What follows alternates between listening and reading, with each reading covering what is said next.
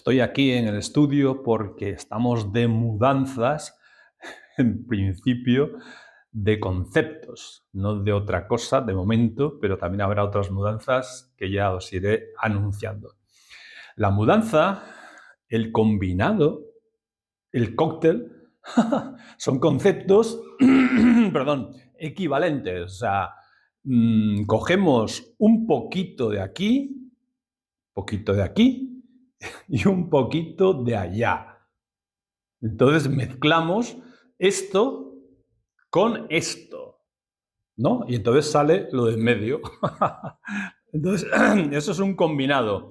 Mezclar varios contenidos en un solo vídeo es una idea de la IA que la que he estado hablando y me ha hecho esta propuesta muy original que a mí pues no se me había ocurrido, la verdad. Hay una serie de vídeos cortos los martes que a veces son de 5 minutos, 8 minutos. Entonces, pues hay una idea interesante que es hacer vídeos de 30 minutos, 40 minutos, con estos vídeos cortos, uniéndolos en un solo vídeo y dando así la posibilidad de que, bueno, pues que una persona empiece viendo una entrevista mágica a Van Gogh, por ejemplo, y luego pase a ver, qué sé yo, las serigrafías de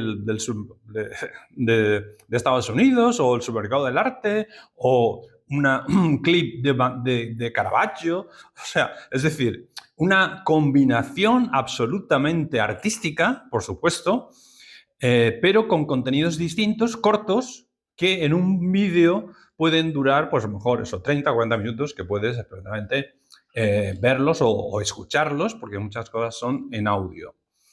Entonces, esta es la gran novedad que os presento ahora aquí, con este primer combinado número 1. El combinado número 1 empieza aquí y ahora mismo vais a ver esos contenidos que os estoy diciendo, seleccionados para el comienzo.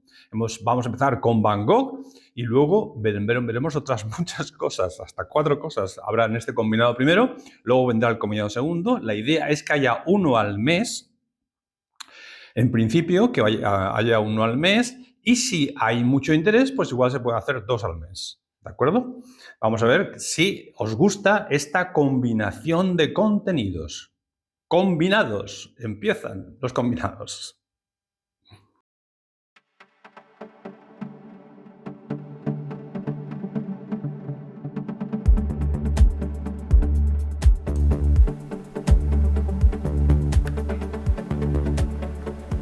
Entrevistas mágicas.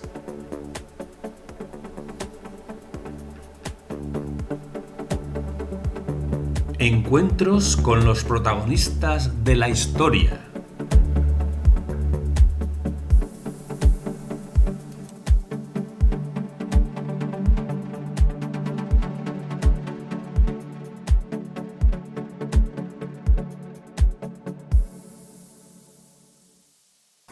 Hola Vincent, me siento muy contenta de poder hablar con usted después de tanto tiempo. Hace un día magnífico de primavera que nos invita a hablar de su arte, conocido mundialmente. Hola Vera, estoy encantado de poder aclarar cosas oscuras de mi vida. La idea de estas entrevistas mágicas me parece una muy buena ocasión para conocer más de los entresijos de la turbulenta vida artística. Usted falleció a los 37 años de edad por una herida de bala. Aún no se sabe con seguridad si fue un suicidio o un homicidio involuntario. A pesar de que existe una tendencia general a especular de que su enfermedad mental influyese en su pintura, el crítico de arte Robert Hughes cree que las obras suyas están ejecutadas bajo un completo control. ¿Pintó alguna vez en los periodos de enfermedad? No, nunca trabajé en los periodos en los que estaba enfermo. Vincent, cuéntenos sobre un día atípico en su vida. ¿Cómo es su rutina diaria? Mis días suelen comenzar muy temprano, cuando la luz del amanecer empieza a filtrarse por la ventana. Me gusta salir a caminar por los campos y respirar el aire fresco. El olor a tierra húmeda y flores silvestres me llena de energía. Luego regreso a mi estudio, donde me rodeo de mis pinturas y materiales. ¿Qué aromas le inspiran mientras trabaja en sus obras? El olor a óleo es inconfundible y me resulta reconfortante. También disfruto del aroma de las flores que recojo durante mis paseos. A menudo pinto girasoles o lirios, esos olores se entrelazan con mis recuerdos y emociones mientras trabajo. Desde joven tuvo inclinación hacia el dibujo. Su primer trabajo fue en una galería de arte. Más tarde se convirtió en pastor protestante y en 1879, a la edad de 26 años, se marchó como misionero a una región minera de Bélgica, donde comenzó a dibujar a la gente de la comunidad local. ¿Cuál de estas actividades le produjo mejor interés? ¿Tuvo una inclinación religiosa marcada? ¿Cómo afectó esto a su pintura? Yo dibujaba muy bien desde joven y tenía una inclinación religiosa dirigida por mi padre desde muy temprana edad. Por supuesto que el dibujo fue lo que más me gustó de todo aquello. Hablemos de sus pinturas. ¿Cuál es el proceso que sigue para crear una obra? Comienzo con una idea o una emoción que deseo expresar. A veces me siento abrumado por la intensidad de mis sentimientos y en esos momentos cuando más pinto. Coloco el lienzo frente a mí y dejo que los colores fluyan. La mezcla de tonos vibrantes refleja mi estado emocional. ¿Cómo lidia con la frustración cuando una pintura no sale como esperaba? Es parte del proceso creativo. A veces me siento frustrado, pero he aprendido a ver esos momentos como oportunidades para aprender. Si algo no funciona, lo dejo reposar y luego vuelvo a él más tarde con una nueva perspectiva. Vamos a tomar algo y relajarnos un poquito, un pitillo. No fumo, gracias, pero sí tomaré una naranjada. Enseguida la traigo. Bienvenidos, artistas. ¿Listos para elevar vuestra pintura contemporánea? Exploremos algunas técnicas avanzadas. Primero, el empaste. Usad capas gruesas de pintura para crear textura y profundidad. Aplicadlo con una espátula para un efecto dramático. Luego, el esgrafiado. Rascad la pintura húmeda para revelar las capas inferiores, añadiendo detalles y líneas intrincadas. Finalmente, probad las veladuras. Aplicad capas finas y transparentes de pintura sobre una base seca para crear colores ricos y luminosos. Dominad estas técnicas para desbloquear nuevas posibilidades creativas. Uníos a nuestro curso online para más. Visita josebautista.nt. ¡Feliz pintura! En sus obras hay mucha emoción. ¿Cómo logra transmitir eso en sus pinturas? Utilizo colores intensos y pinceladas expresivas para comunicar lo que siento. El arte es un lenguaje sin palabras. Cada trazo cuenta una historia. Quiero que quienes miran mis obras sientan algo profundo al contemplarlas. ¿Cómo le afecta el entorno en el que vive? Mi entorno es crucial para mi inspiración. La luz del sur de Francia tiene una calidad especial que transforma los colores. Los paisajes vibrantes me llenan de energía creativa. También disfruto observar la vida cotidiana. Campesinos trabajando en los campos o las luces parpadeantes en las calles nocturnas. ¿Cuál es su técnica favorita al pintar? Me encanta usar la técnica del impasto, donde aplico capas gruesas de pintura para dar textura. Eso permite que la luz interactúe con el color, creando efectos visuales únicos. ¿Qué papel juega la naturaleza en su obra? La naturaleza es mi mayor musa. Sus colores, formas y texturas son inagotables fuentes de inspiración. Cada paisaje tiene su propia historia y emoción que deseo capturar en mis lienzos. ¿Tiene alguna rutina específica antes de comenzar a pintar? Sí, suelo meditar unos minutos para centrarme y conectar con mis emociones antes de comenzar a trabajar. Esto me ayuda a despejar mi mente y abrirme a la creatividad. ¿Cómo se siente al ver sus obras expuestas? ¿O en un museo como el de Ámsterdam? Pues es una mezcla de orgullo y vulnerabilidad. Verlas expuestas ante otros me llena de alegría, pero también hay un miedo profundo. Cada obra refleja fragmentos íntimos de mi alma. Es uno de los artistas más aclamados internacionalmente. ¿Cómo se siente por ello? Muy abrumado. Conozco el impacto que causan mis obras en los museos de todo el mundo y que en mi vida apenas pude vender unas pocas obras. Si pudieras elegir un artista contemporáneo para colaborar, ¿quién sería? Sería fascinante colaborar con alguien como Banksy.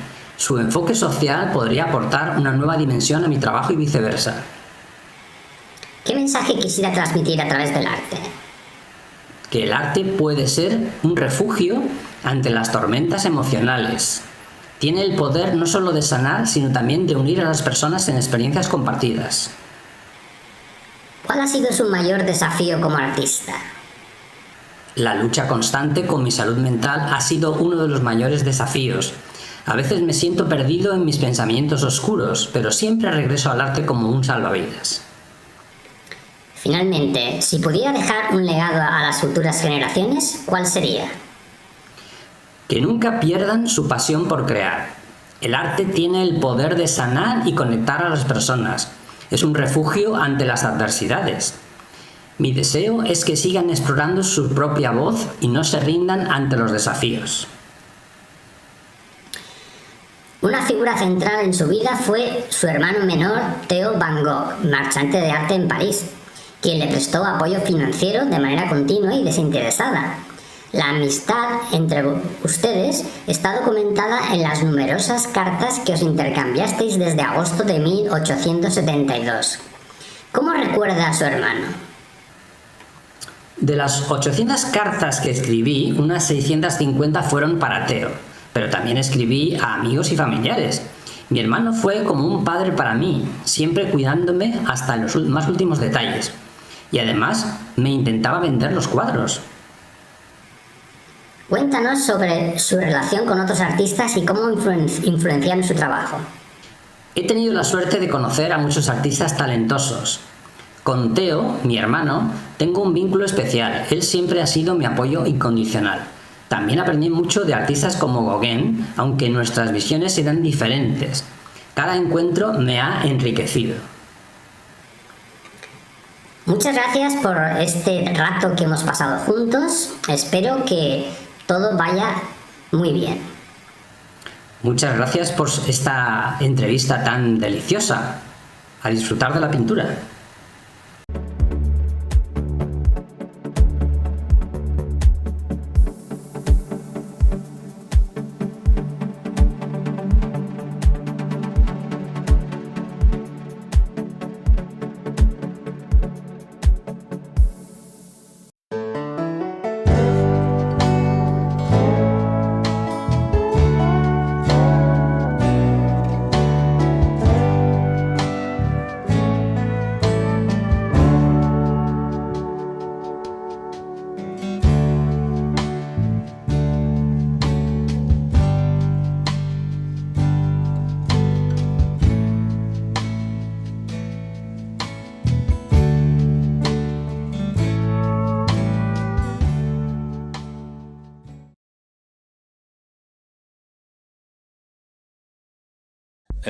Pues eso, ya la estáis viendo aquí. Es esta escultura que exactamente está realizada, la copia, digamos, o sea, la pieza, digamos, definitiva. Bueno, definitiva, pues se puede hacer muchas copias, porque tengo el molde, pero esta copia, concretamente, del molde que se hizo en su día, está hecha en fibra de vidrio. La técnica es fibra de vidrio. ¿vale? Fibra de vidrio, que es un material bastante ligero, no pesa mucho. No sé si veis el sonido, que es bastante pues, hueco, por supuesto. Eso hace que pese mucho menos de lo que pesaba el original, que se hizo en barro, y que para el transporte, para todo, pues simplifica mucho las cosas, porque realmente si fuera maciza, pues sería muy complicado. También se puede hacer en bronce, tengo el molde para poder hacerlo en bronce, pero esta, como digo, es una primera prueba en fibra de vidrio. Fibra de vidrio patinada de oscuro, como veis aquí, porque es un tono que imita un poco al bronce. Bien, pues lo que os quiero decir a partir de esta primera consideración técnica es que pues esta pieza fue un proyecto que se me ocurrió a partir en concreto de conocer a esta chica, que es la que está reproducida, digamos, en esta pieza. Tuve una relación con ella y dentro de esa relación pues era bastante amante del arte, etcétera, etcétera. Y bueno, pues tuve la idea, me sugirió el hacer pues una representación suya en una de las esculturas más grandes que he hecho hasta ahora, porque yo he hecho pues bustos, que es más o menos la mitad, ¿no? Una cosa así, por ejemplo, un tamaño de este tipo, que es una escultura pequeña. Tengo algunos bustos hechos. También tengo aquí algunas piezas pequeñas realizadas a partir de cartón piedra, de otros temas. Pero esta escultura en concreto pues es, como digo, de 1 metro de altura. Era, pues, de momento la escultura más grande que he hecho. Y la verdad es que es complicado, es todo un proceso complicado. En mi canal de YouTube hay un vídeo donde explico todo el procedimiento con mucho detalle, porque es una pieza verdaderamente única, ¿no? ¿Qué más os puedo decir? Pues que bueno, es la primera vez que me enfrentaba ante este problema de ese tamaño, sobre todo. Como digo, se hizo en barro, en arcilla, pues a partir de comprar el barro, de la estructura para que se sostuviera. Fue todo bastante improvisado, que lo podéis ver en el vídeo, y bastante complejo, pero al final pues se consiguió. A pesar incluso de que la modelo no pudo estar hasta el final posando, con lo cual también añadió más problemas al asunto. Pero el caso es que al final pues se hizo. Esto lo hicieron en unos talleres en Madrid, donde se enviaba el molde y ellos lo hacían el pase a fibra de vidrio. Son los mismos, el mismo taller que trabaja con Antonio López cuando hicieron este famoso, las esculturas que tiene Antonio López en Atocha, que son esas cabezas de niños. Pues este taller son los mismos que hicieron esa cuestión, ¿no?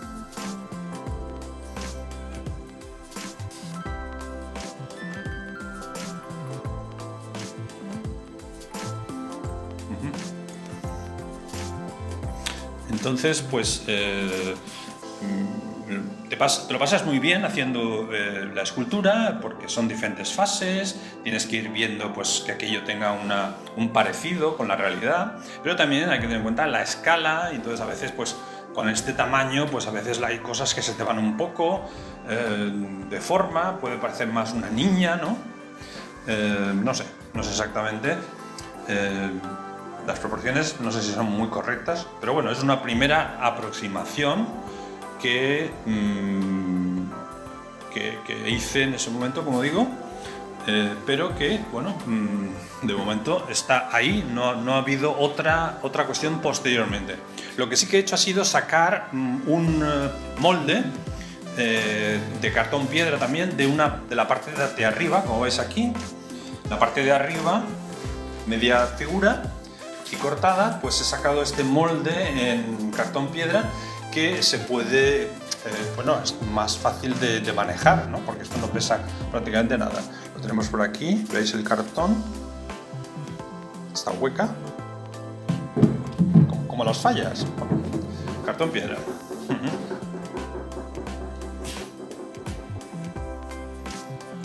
Y esta es la figura definitiva y toda ella precisa.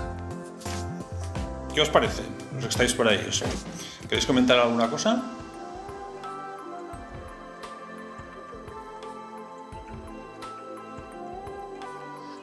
Para los que estáis ahí mirando, si hay algún artista o alguien interesado en el tema de la cultura, os tengo que decir que en Facebook hay un grupo que he creado también para reivindicar que haya un canal de televisión de las bellas artes, donde se hable pues, de pintura, escultura, arquitectura, música, cine, danza, etcétera, etcétera.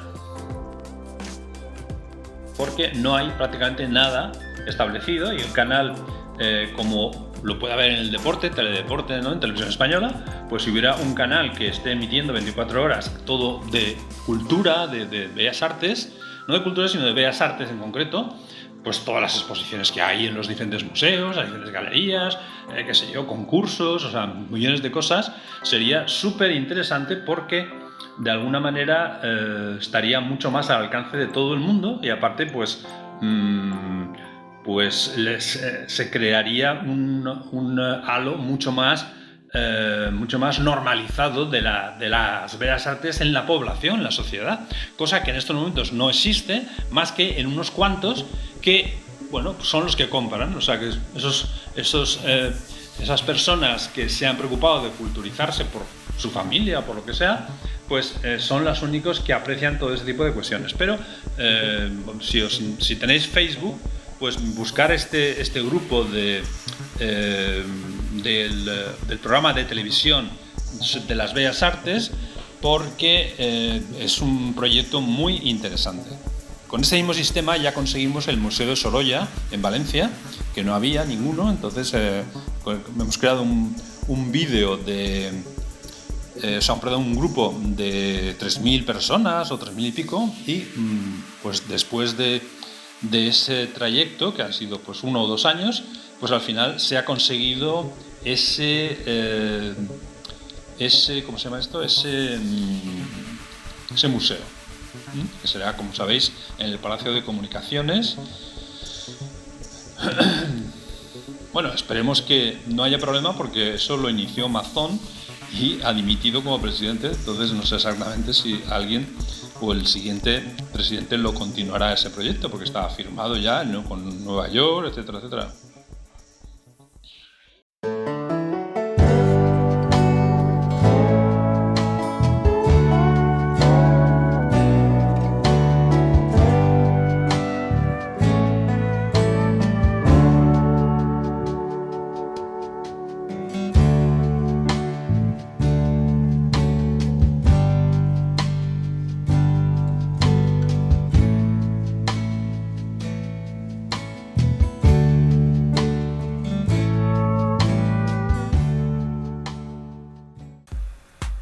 Hola, hoy voy a viajar a una feria de arte en La Haya, en los Países Bajos.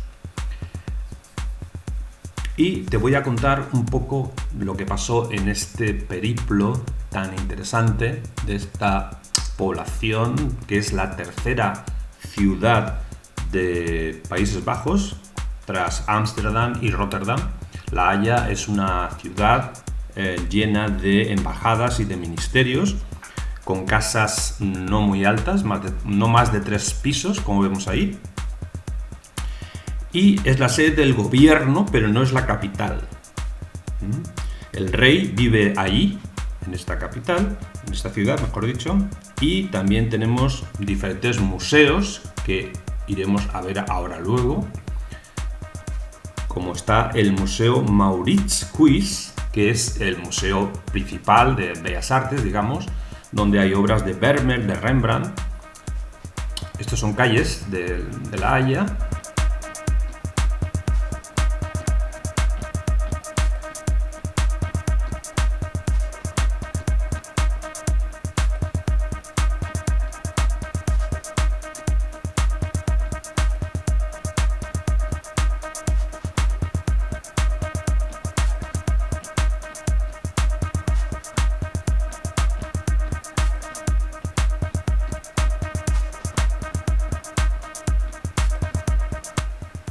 También veremos el Museo Escher, que es un artista, un matemático muy interesante que se dedicó a hacer o a estudiar lo que eran las figuras imposibles. Es conocido mundialmente, luego veremos algunos ejemplos también y unas imágenes dentro del museo.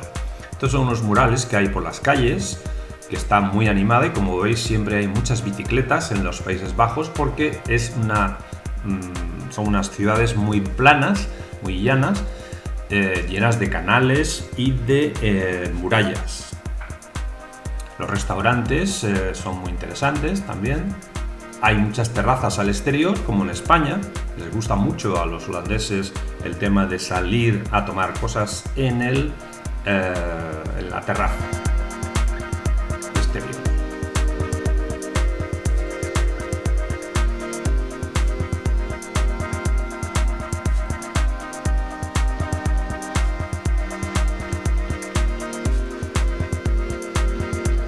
Como veis, decoran con las luces por la tarde, como si fuera Navidad siempre, pero que a ellos les gusta mucho crear unos ambientes muy acogedores, muy cálidos en ese sentido. Hay unas plazas un poco de la ciudad más medieval que todavía se conserva, como es todo eso que vemos ahí. Estas iglesias. Y ese es el Museo Escher ya que os decía. No tenemos demasiadas imágenes porque no se podía grabar. Esto es un dibujo que está allí, justamente. Y esto ya es la feria donde participé con otros artistas españoles en un stand que nos invitaron después de vernos en otra feria. Es una feria bastante grande. Esto es parte de nuestro stand.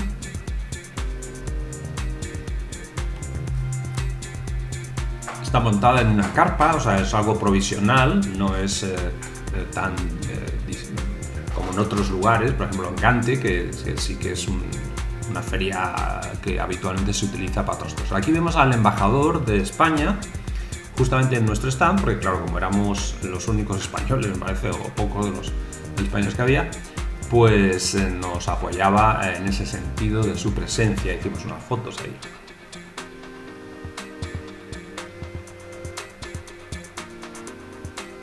Una feria muy animada, con muchísima gente.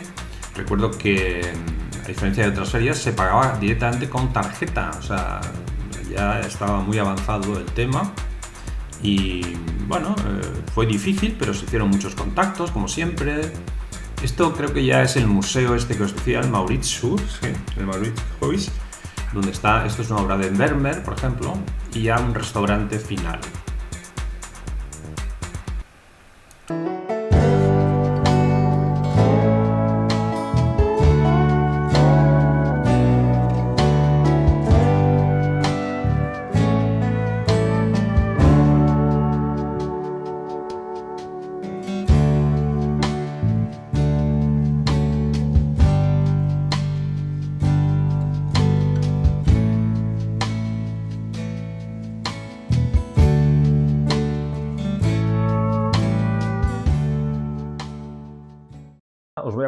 Te voy a contar el tema del supermercado del arte, que es interesante también, porque los cartones que he ido enseñando por aquí, por allá, están en el canal, están también en otros vídeos y demás, estos cartones, pertenecen originalmente a un proyecto que se llamaba el Supermercado del Arte, que empezó en Barcelona. O sea, en Barcelona, American Prints es la empresa que se formó para llevar este proyecto adelante del Supermercado del Arte. El Supermercado del Arte consistía en presentar por las Navidades, más o menos, pues unas obras en unas cestas metálicas de 3 tamaños, donde con un cartón de soporte detrás y una bolsa de plástico estaban protegidas las obras, y ahí la gente podía husmear en esas cestas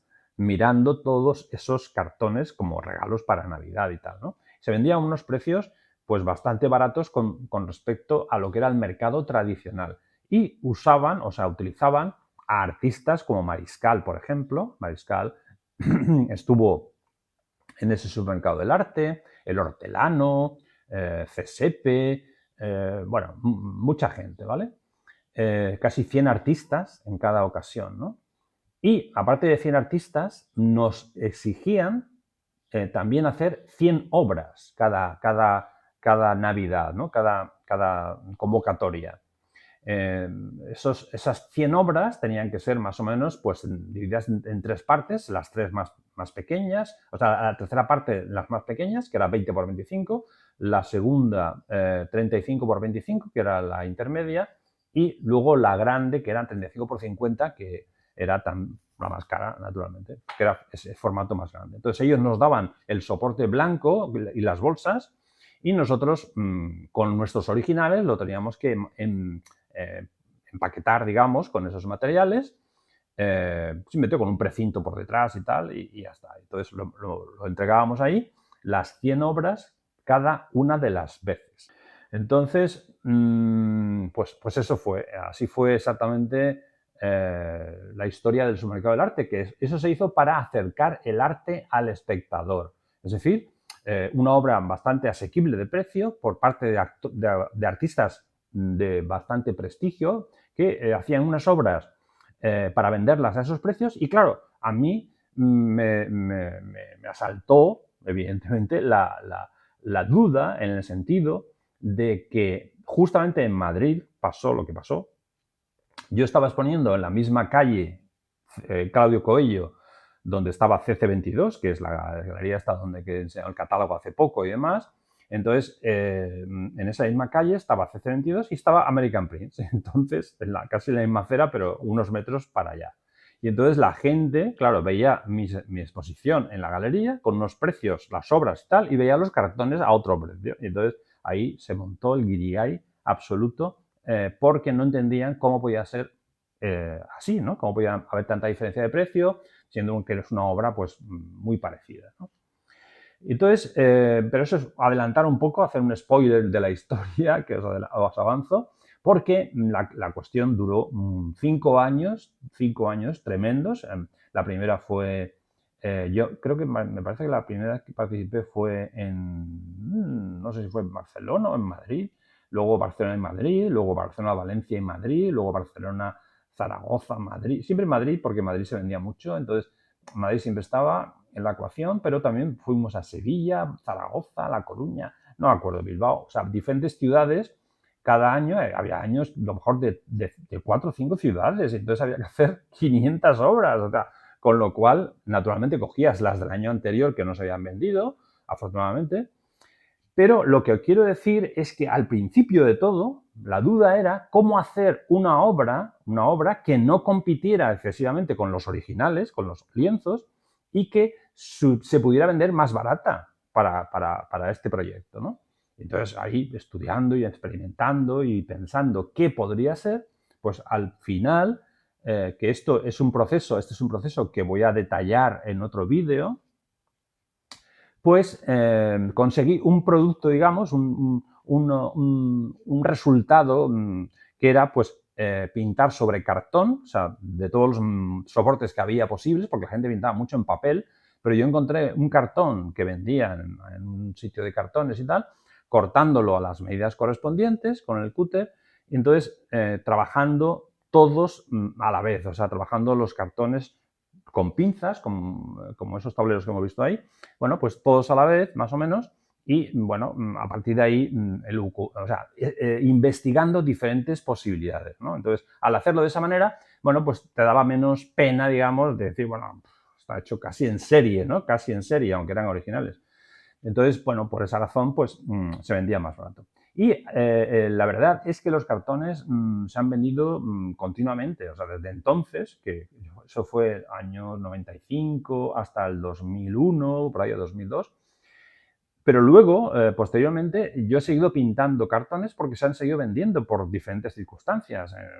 Pues, no sé, gente que venía aquí al estudio o incluso por internet. O sea, el cartón es una cosa muy jugosa porque es pequeño o no es muy grande y tiene un precio muy asequible y se puede enmarcar, como habéis visto, en un marco bueno y queda perfectamente, ¿no? Para cualquier lugar. O sea, compite perfectamente con los cuadros. Tanto es así, como digo, que a mí me ha producido bastantes problemas en el mercado porque, y al final tuve que dejarlo por eso, ¿no? O sea, tuve que dejar el supermercado del arte porque tenía que elegir entre una cosa u otra y, claro, naturalmente a mí me interesaba más el tema de los cuadros.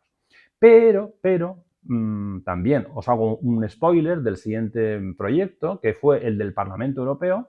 Cuando me proponen exponer en el Parlamento Europeo, entonces es cuando yo pienso qué es lo que más éxito ha tenido. Entonces pensé y vi que eran los cartones del supermercado de Madrid. Por lo tanto, es decir, cómo el problema estuvo en cómo adaptar esos cartones a lienzo. Entonces, ese proceso y toda esa historia ya os la contaré con más detenimiento en otro momento, porque esos son dos proyectos, tanto lo del Parlamento como lo del supermercado del arte, que merecen una atención especial. Porque ya sabéis que en la tienda josebautista.net/shop hay una serie de cartones todavía a la venta y que están ahí con sus precios, sus cosas y sus accesibles cuestiones. Y hemos estado presentándolos aquí en el estudio, en estos lives y todo esto.